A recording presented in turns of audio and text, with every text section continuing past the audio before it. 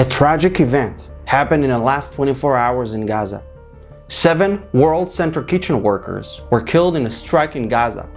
Prime Minister Netanyahu said it was because of an Israeli strike, and it is being fully investigated by an independent body. And he also said that Israel is in contact with other governments to make sure that such a thing never happen again. לצערנו ביממה האחרונה היה מקרה טרגי של פגיעה לא מכוונת של כוחותינו באנשים חפים מפשע ברצועת עזה. Unlike Hamas, Israel holds high regard for human life. When Hamas misfired hundreds of rockets that fell inside the Gaza Strip and killed Palestinian families, no one questioned that. When Hamas operated inside the Shifa hospital and made it its terrorist headquarters, no one questioned that.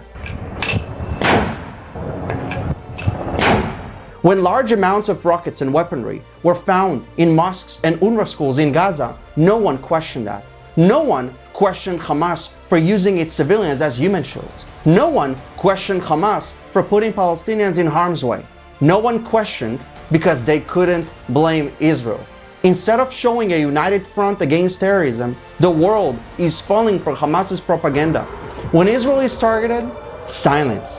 When Israel retaliates, protests, UN resolutions, and the world is up on its feet. Israel cares for Palestinians more than Hamas will ever care for Palestinians. I said it before, and I will repeat it. War is terrible. I'm Israeli. I don't like wars. And no Israeli likes wars. Military experts are saying that Israel, in fact, created a new standard for urban warfare. Israel has made over 70,000 direct phone calls to Palestinians, sent over 13 million text messages, and left over 15 million pre-recorded voicemails to notify Palestinians that they should leave combat areas, where they should go, and what route they should take. It's millions because they sent it again and again and again.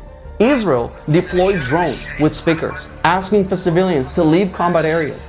Israel dropped leaflets from the air.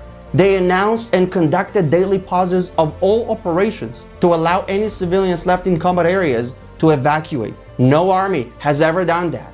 Israel was able to evacuate upwards of 85% of the urban areas in northern Gaza before the heaviest fighting began. Hamas, on the other hand, is targeting urban areas in Israel while operating from urban areas in Gaza. This is a double war crime. John Spencer, a US military expert, said the IDF has been successful at bringing the casualty count of civilians in urban combat to a historic low. He continues, I've never seen a war in the history of war where they had a daily running civilian casualty count down to the single digit. Let that sink in. For Hamas, surviving the war is victory. We can't give them that hope. For Israel, bringing back the hostages and dismantling Hamas is victory. Hamas started the war, and for the sake of humanity, Israel has to end this war by finishing the job.